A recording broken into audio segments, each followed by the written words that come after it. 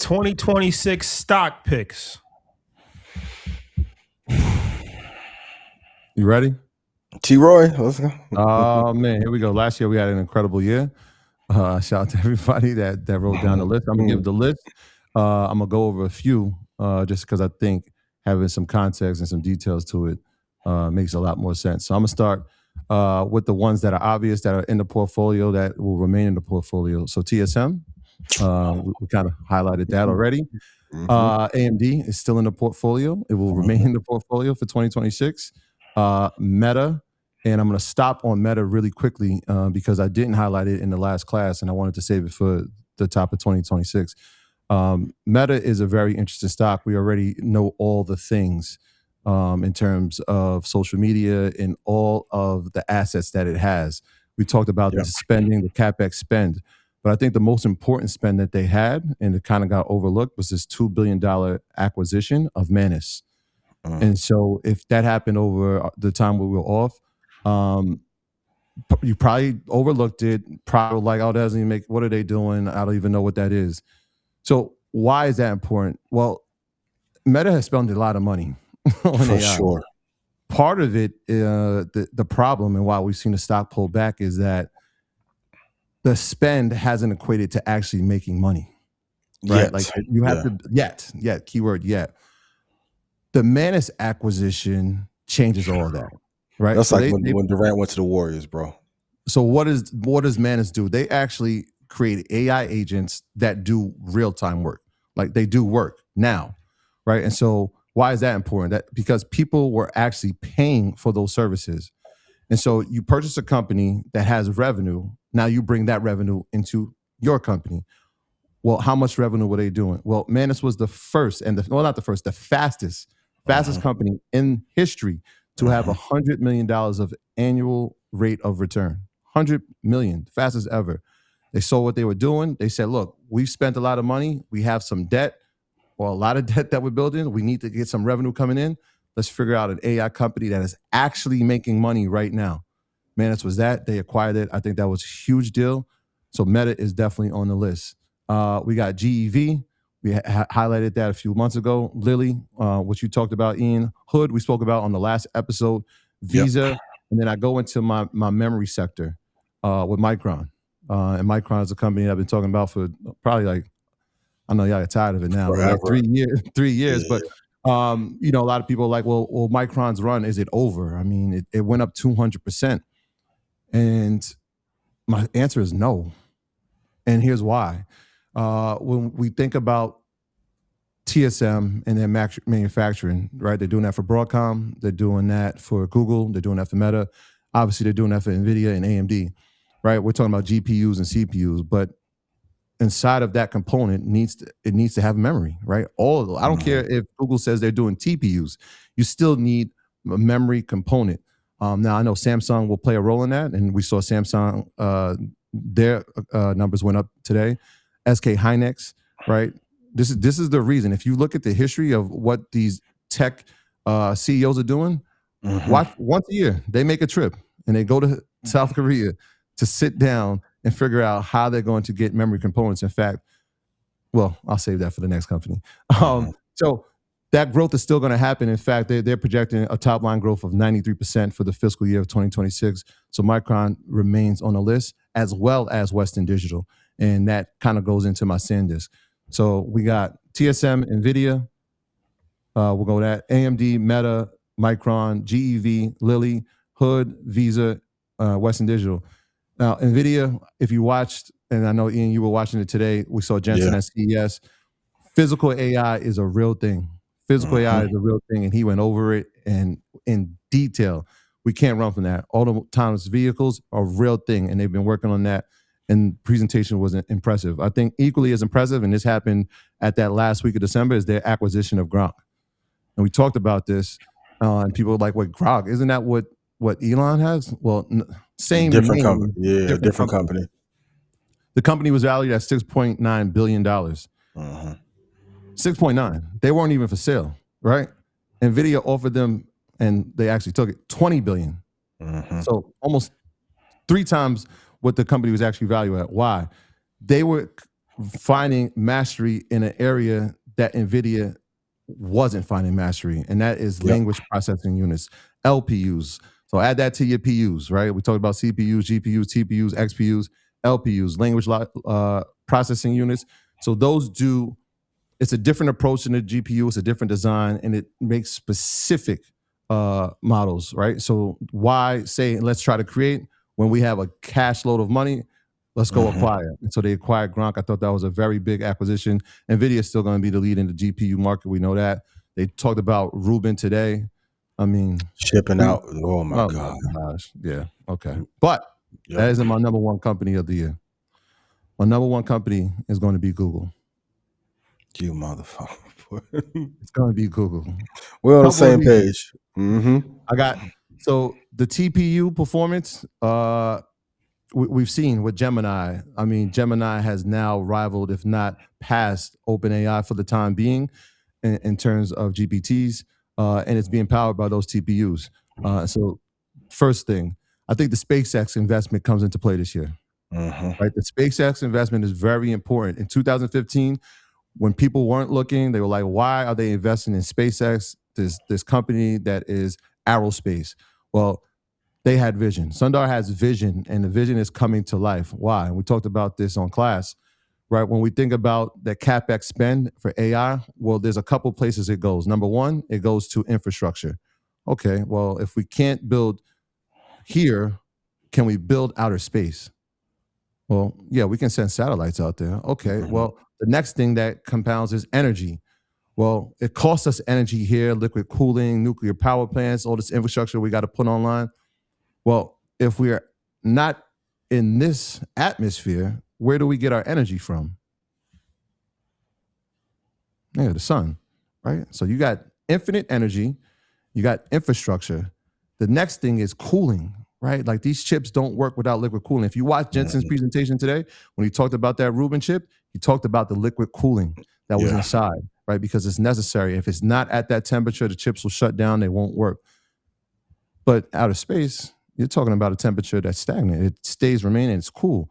So from that standpoint, now I look at the 2015 acquisition, I'm saying, oh my gosh, they're working with Tesla. There's something here. Perfect timing. That's going to turn into $1 billion investment. We already know when SpaceX has its IPO at some point this year, that'll add to the revenue for Google. And then the last piece is the Samsung part. So last year, Samsung confirmed that they had Gemini in 400 million devices, right? 400 million Samsung devices had Gemini. They are projecting and have confirmed that that number is going to double in 2026. They're going to have Gemini in 800 million devices. Why is that important? Well, you got Apple already on your books, right? Because you've already done the deal with Siri. Anytime you do a search engine on Apple and they've renewed that, that's going to be Google. Now you got Samsung, which is the other competitor, 800 million devices that are going to be using your Gemini product. You add that into it, it's like, okay, I see what they've done here, right? You add all those things up, I'm taking They Google took away, stock of you. and they took away everything Apple should have done. Yeah. Well played. There you go, fellas. Ladies and gentlemen, those are the stocks. Those are my stocks of the year for 2026. Write them down, track them, and we'll come back here in December, see what we did. And that was definitely something that we went over in the EY University also last month. Not only did he give those stocks, but it was like a 3-hour breakdown. The whole investment club was on. They talked about crypto and a bunch of other stuff and really went into like the different option plays and what he was looking at as far as the target options, stuff like that. So like I said, the thing with EY University is just we don't have the capacity to do that in Market Mondays. It's only an hour and a half or 2 hours. And EY, that class alone was 3 hours. But when the time comes, when you're interested, you should definitely take advantage of that EY University because it's been cooking. And Red Panda also, we'll talk about that later on. But I mean, the results speak for itself. And then I'm sure the mastermind be going over everything in DC as well. And speaking of NVIDIA, we will be going to NVIDIA, the first ever. Do remember, the first ever. So, you know, there's two groups, Group A, Group B. look out for the email. You'll be getting the information. Group A, you already got the information. You'll just get the last bit of information. But yeah, man, we got a lot planned this year for sure. It's gonna be an amazing year. Yeah. Yeah. Can I add one more piece? I looked at my notes. I didn't say this part. Yeah, I'm gonna add one. Go ahead. So there was an article that got sent to me, and it was talking about Google. The day after Nvidia acquired Gronk, Google fired its executives after failing to secure AI memory chips amid shortage. Right. And so when I'm hearing that, I'm like, well, they're supposed to deliver 4 million TPUs. They only got 1 million because they didn't have what? That key piece that I keep telling y'all about? Yeah. Memory. That story's not over. And if you want to know my picks for 2026, go to eatinvest.com and join Stock Club.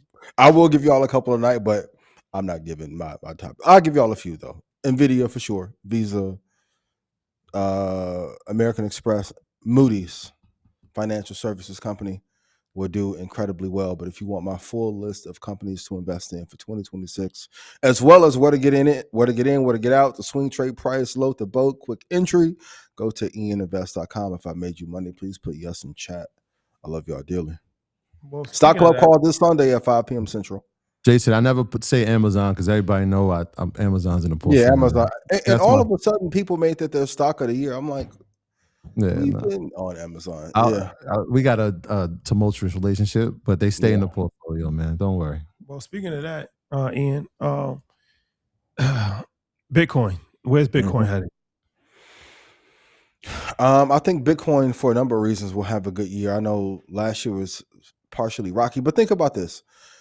If an investment can give you a potential upside of 80 to 100%, I think Bitcoin ended the year down at 13%? That's nothing. Like when a asset that gives you the highest return of all time is only down 13% for the year, and people were panicking like it was MicroStrategy. That's a different case. I think you have to be incredibly optimistic about Bitcoin for this year and next. Worst case scenario, I have Bitcoin landing at 119, 111, but in best case scenario, I have Bitcoin landing at 143,863. I think Bitcoin will have a very strong year. I think there'll be a bunch of more politically or geopolitical reasons that will give you inclination to invest in Bitcoin. And all the banks of hedge funds have told you they're playing over the next 4 or 5 years. So if you've gotten out of Bitcoin, I think that's a mistake. But I think 143 is the best case. 119 is the worst case scenario. But either way, I think Bitcoin will end up positive for the year. And also, too, you need to go look at what the yearly open was for those assets. You need to see if they were trending down today or trending above the yearly open. Those that are trending underneath the yearly open, not the best sign. Bitcoin is above where it opened up at. So I think that's a great sign that they'll be A-okay. And man, Google wiped Apple down with everything they should have done. Is it still in 2 Tech 2 Index? Yes. It's still in Stock Club? Yes. But Tim Cook, sign your papers. We sent them. What's your thoughts on Microsoft for 2026? Oh, gonna be amazing. I think even though they're relatively flat and have been since maybe September, October, Microsoft is one of the best run companies of all time. That, if anything, my conviction of Microsoft and how well they will do this year has gotten stronger because of the failure of Apple. Damn, I meant to say Microsoft. If I didn't, my bad. Yeah, I mean that should be a given. Yeah. Microsoft, Google, TSM. They're so the Microsoft draw, and this kind of been flat. But we call that consolidation. And it's so contingent on the OpenAI story. Mm-hmm. And so because the OpenAI story still needs some clarity, there's still some, hey, well, how will this make sense for Microsoft? But I believe in the OpenAI story. Does do a lot of things have to go right? Yeah. But when you're dealing with the level of technology that they have and they're going to continue to put out, the powers that be, quote unquote, they will aid and assist. Absolutely. And it depends on where Wall Street prices them for the IPO. Mm-hmm. Yeah, it's going to have and a tremendous impact. it's kind Sam, of go learn from Zuckerberg first. Little parade around. You better go in there, shake your hands, kiss babies, put on that suit. You're going to have to kiss ass for 5 or 6 months to get the pricing that you want because you got a lot of competitors coming after you. Google being one of them. Yeah. Yep. Yeah. And Elon, he kissed and made up with Trump, and he's making his rounds on Wall Street, preparing for SpaceX. You have him as an enemy for life, but you don't want those bankers to be on his side and not yours before you IPO. Yeah. They've definitely been run down and maybe surpassed. Yep. 7,700 people on the check-in. Let's get this bad boy up to 8,000. We still got some more. And people remember we will be doing a $1,000 giveaway to open your brokerage account at the end of the show. Man, new look. The new look Market Mondays. 7,738 currently on the check-in. Yeah, shout out to y'all. The fall off. They said I was waiting 2 weeks to say all that. You're right, I was. For sure. For real. Last week, I'm like, what am I supposed to even be doing right now? Yeah. I have an emergency class. For real. You'll remember Blackout, 10 o'clock Eastern Standard Time on Wednesday. It's an eventful show for sure. Earn your leisure, 6 o'clock. We back with Ian Schwartzman, Joe Budden's business partner. Thursday. Controversial but brilliant.